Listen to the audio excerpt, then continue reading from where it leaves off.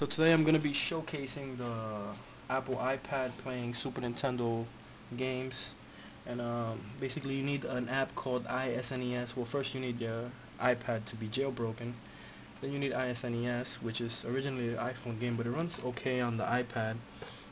And what you're seeing here is actually the list of games available that I have. I actually own all of these games, or I did sometime in the past, and basically you just select the game you want to play, and you get a virtual keyboard like this over here, and the keypad. So here I'm playing Super Nintendo Super Mario World, and here, one player game, and you'll notice how it looks pretty okay. The SNES for iPhone ROM emulator that ZodTTD created is a little bit looks a little bit better, but it's about the same thing. So that's a Super Nintendo for your iPad right there. I'll be posting the links on the description.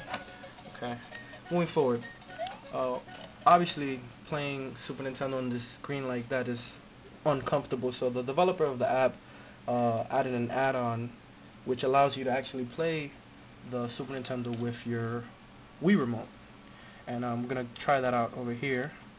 And you see here it says WiiMote, and basically you just have to turn that on, and it's going to ask you to sync your Bluetooth remote by pressing the 1 and 2 key, and then the app, it will connect.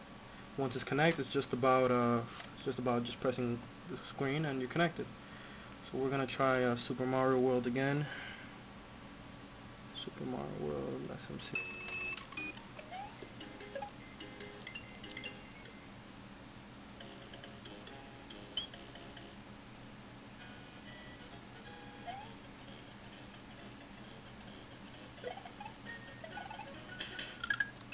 As you see, it's a little bit uncomfortable due to the fact that the Wii remote only has really 2 easy buttons to press, and a couple other buttons here, and then the trigger. But it's obviously not the best efficient way to actually play the game.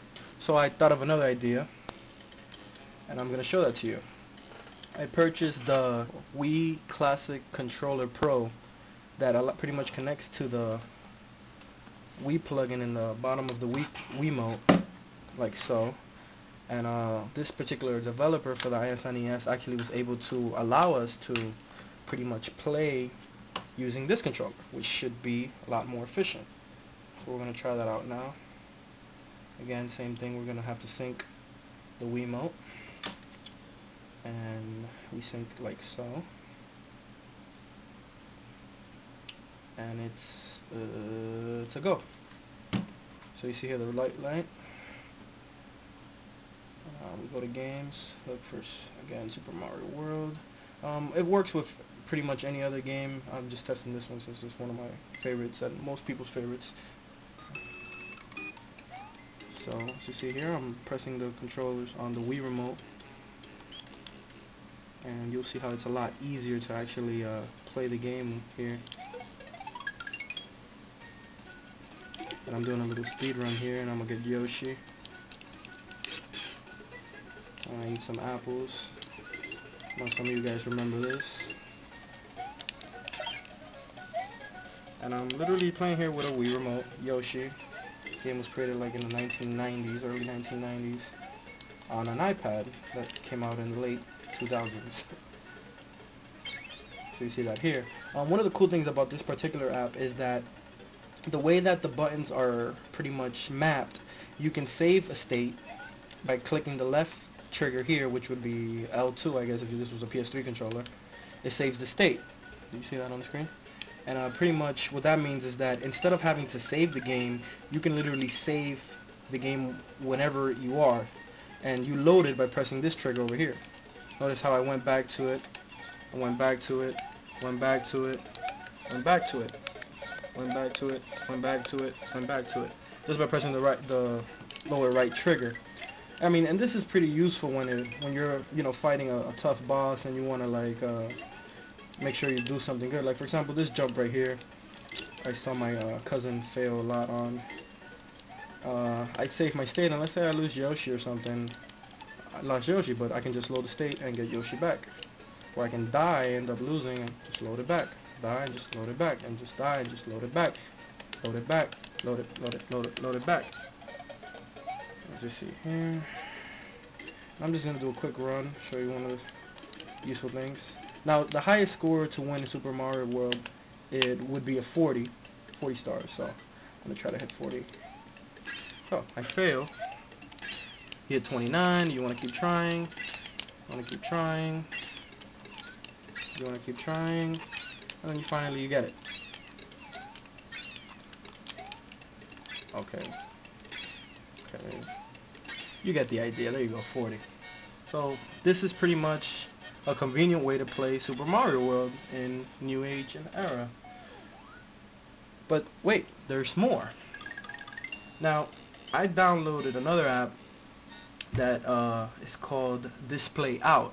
You can find this in Cydia. Cydia is only available, again, with jailbroken iPad. And pretty much Display Out, what it does, it mirrors everything that's going on the screen of the iPad through a VGA output. Now, you will need to have bought the, or I guess, like I got it, actually got it for free, the iPad or iPhone VGA output cable, which looks something like this, and connected to a VGA screen, which pretty much plugs in the side of the iPad. And as you will see, this particular screen is over here. Now you see my iPad literally being mirrored on my, I guess this is a 17-inch monitor. And everything that happens here happens over there.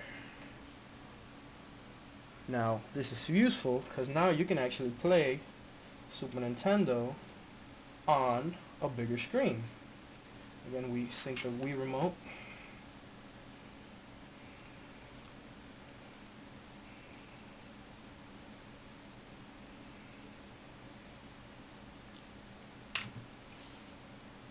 And now we just tap the screen. Again, go down to Super Mario World. And there you go, on the screen.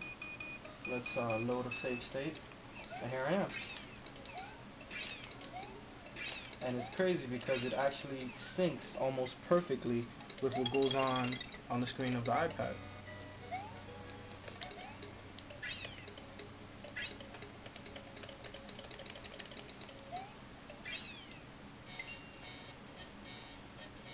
And that's pretty much all, folks.